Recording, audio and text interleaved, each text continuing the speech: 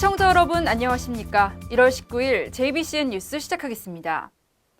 강득구 경기도의회 전 의장이 지난 14일 의장직에서 물러나면서 김유인 부의장이 직무대리를 맡게 됐는데요. 그런 의미에서 어제 기자들과 허심탄회한 이야기를 나누는 자리가 마련됐습니다. 역시 이 자리에선 경기도 누리과정 예산과 관련한 내용이 나왔는데 경기도의회가 정부의 일을 대신해줄 수는 없다는 입장은 변함이 없었습니다. 의장 직무대행에 들어간 김유인 부의장의 첫 마디는 역시나 누리과정 예산이었습니다. 그러면서 지금은 정치적인 힘겨루기보다 해법을 찾기 위한 실천과 용기가 필요한 때라는 점도 강조했습니다. 누리과정 해법을 찾는데 좀 합당한 실천과 좀 용기가 많이 필요한 때라고 생각을 합니다. 남경필 경기도지사를 향한 날카로운 경고의 메시지도 날렸습니다.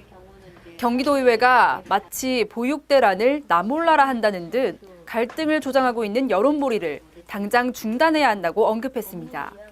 갈등하게 하고 의회가 마치 보육 문제 그 보육 대란에 관심이 없는 사람들처럼 보여지게 하는 그런 발언들을 좀 중단하고 자리를 함께한 안혜영 의원의 뜻도 같았습니다. 경기도가 빚을 져서라도 보육대란을 막겠다는 남지사의 지난 발언은 의회와 정부, 그 어떤 곳과도 소통하지 않은 불통의 단면을 보여준 행동이라고 말했습니다.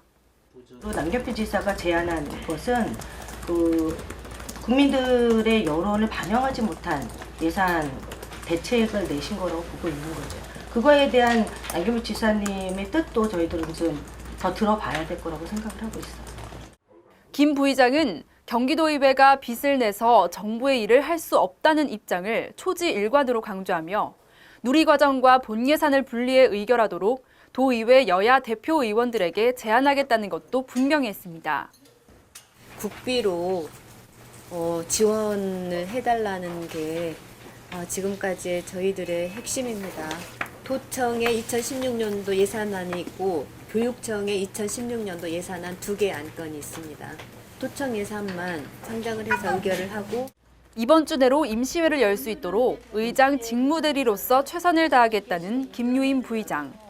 경기도 누리과정 예산안을 둘러싼 갈등의 해법이 나올지가 관건입니다.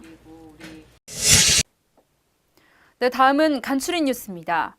용인시가 친환경 생태하천의 복원과 수질 개선을 위해 대대적인 하천 정비에 들어갑니다. 시민들이 즐겨 찾을 수 있도록 하기 위한 이번 사업에는 모두 362억 9천여만 원이 투입됩니다. 이에 따라 수원천과 탄천, 오산천, 공세천, 대대천 등 8곳에 대한 정비가 다음 달부터 본격적으로 이뤄집니다. 오산시의회가 어제 열린 제216회 임시회 제1차 본회의에서 오산 평화의 소녀상 건립에 힘을 보태는 결의안을 발의했습니다. 이번 오산시의회 평화의 소녀상 건립 지지안 채택은 어린 소녀의 인권을 무참하게 유린하고 희생물로 만든 일제의 잔혹성과 함께 자유와 평등, 평화와 박애라는 인류 보편의 가치를 일깨워주는 데 기여할 것으로 기대됩니다. 아울러 올해 8.15 광복절 평화의 소녀상 건립을 목표로 추진하고 있는 오산 평화의 소녀상 건립 시민추진위원회가 이번 발의로 힘이 실릴 것으로 보입니다. 세계문화유산인 수원화성 일대가 경기도로부터 수원화성 관광특구로 지정되면서 우리나라 31번째 관광특구가 됐습니다.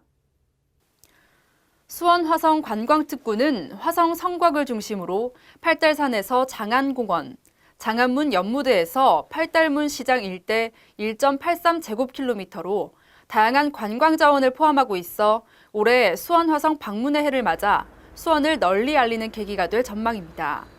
관광특구로 지정된 지역은 관광진흥법상 각종 재정, 제도적 지원과 타 법률 적용 배제 완화 등의 혜택을 받게 됩니다.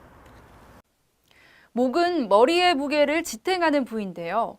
현대에 들어서면서 컴퓨터 작업을 많이 하다 보니 목이 하는 일이 많아졌습니다.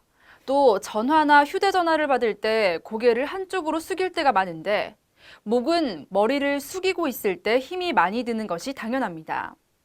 어깨에 힘을 빼고 적절한 스트레칭을 하면서 뻣뻣해진 목을 부드럽게 풀어주고 또 생활 습관이 어떤지 평소에 잘 살펴보는 것이 좋겠습니다.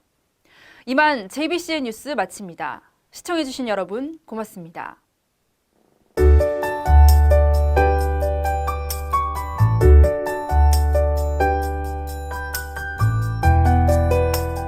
난 여기가 참 좋다.